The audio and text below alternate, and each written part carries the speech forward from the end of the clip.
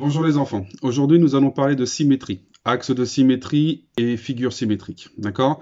Donc comme vous l'avez pu le lire dans la leçon que je vous ai fait passer par le biais des mails, une figure est symétrique, vous voyez, si, hop, je me suis trompé de côté, une figure est symétrique si, quand je plie le long de l'axe de symétrie, à ce moment-là, les éléments se superposent. Se superposer, ça veut dire qu'ils se mettent exactement l'un sur l'autre. Regardez par exemple, si je prends l'exemple de mes mains, ici, si je les prends et que je les décale comme ça, elles ne se superposent pas. Mon pouce est là, alors que l'autre côté, il est là. D'accord? Par contre, si j'imagine que je plie, là, ça se superpose exactement. J'ai mon pouce au bon endroit et mes petits doigts au bon endroit.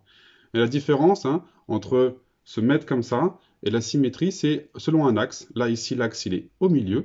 Et si je plie, d'accord, ça se superpose. Ok? Donc là, vous avez la même chose avec ce dessin-là. D'accord? Imaginez que je plie.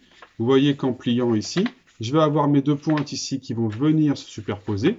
Je vais avoir les deux pointes du haut ici qui vont aussi venir se superposer. Voilà. Là, j'ai donc une figure qui est symétrique. J'ai deux figures symétriques par rapport à un axe de symétrie. Vous voyez qu'ici, l'axe, il est en dehors de la figure.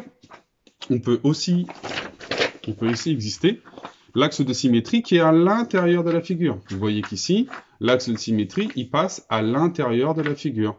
Et vous voyez bien que si je commence à plier, eh ben mes deux pointes ici vont se superposer, mes deux ronds ici vont se superposer, et enfin le pied ici va aussi se superposer. Voilà.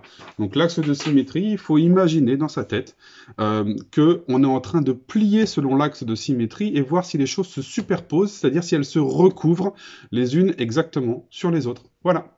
Allez, on va faire quelques exemples.